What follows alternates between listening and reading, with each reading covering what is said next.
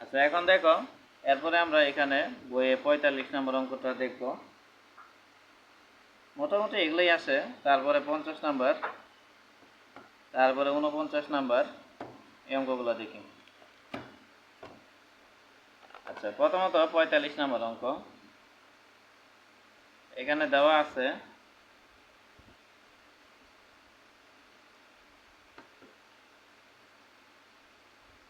y square is equal to 8x। তাহলে যে কোনো পরাবৃত্তের সমীকরণকে কিভাবে লিখব? y square is equal to 4x আকারে লিখব। এখন এখানে y square নিলাম আর আমাদের 4 লাগবে, সেজন্য একটা 4 নিলাম আর 8x নিলাম। যেহেতু এখানে 4 নিছি, 4 দ্বারা ভাগ করে দিলাম ব্যালেন্স করার জন্য। y square নিলাম 4 এর জন্য 4, 8 কে 4 দ্বারা ভাগ দিলে 2, আর x এর জন্য কি x। তাহলে এখানে এর মান কত হবে? 2 হবে।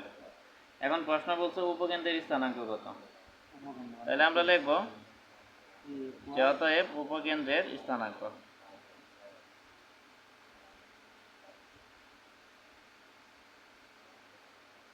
তাহলে উপকেন্দ্রের স্থানাঙ্কের সূত্র কি? a0। তাহলে a এর মান 2 আর 0 এর জন্য 0, তার মানে a0। হ্যাঁ একটু আগে করাইছি এই অঙ্ক, আবার দেখালাম, সমস্যা নেই। দেখো তাহলে এখানে কারো কোনো প্রশ্ন আছে কিনা, থাকলে বলতে পারো। আচ্ছা যদি প্রশ্ন না থাকে তাহলে এই যে 50 নাম্বার আছে, এটা আমি বাড়ির কাজ দিলাম, এটা সবাই ট্রাই করবা।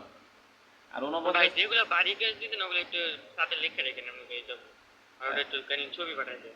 আচ্ছা ঠিক আছে, তোমরা একটু খাতার বইয়ের মধ্যে মার্ক করে রাখো, এটা বেশি ভালো হয়। আর ওই ক্লাসের ভিডিওগুলো টেলিগ্রাম গ্রুপে দেওয়া হচ্ছে, ওই টেলিগ্রাম গ্রুপ থেকে ক্লাসের ভিডিওগুলো দেখবো অবশ্যই। তারপরে দেখো এই 49 নম্বর অঙ্কটা আমরা দেখি।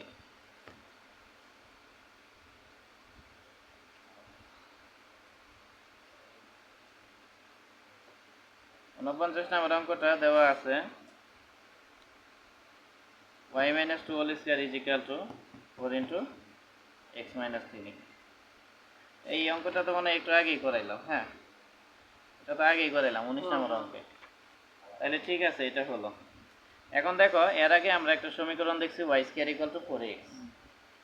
এরপরে যারা ক্লাস মিস করছো তারা আবার ভালো করে দেখো, আরেকটা নতুন থিওরি বুঝাচ্ছি, ঠিক আছে? এটা দেখাইলে আগেরটা ক্লিয়ার হয়ে যাবে যদি ক্লাসের ভিডিওটা দেখো।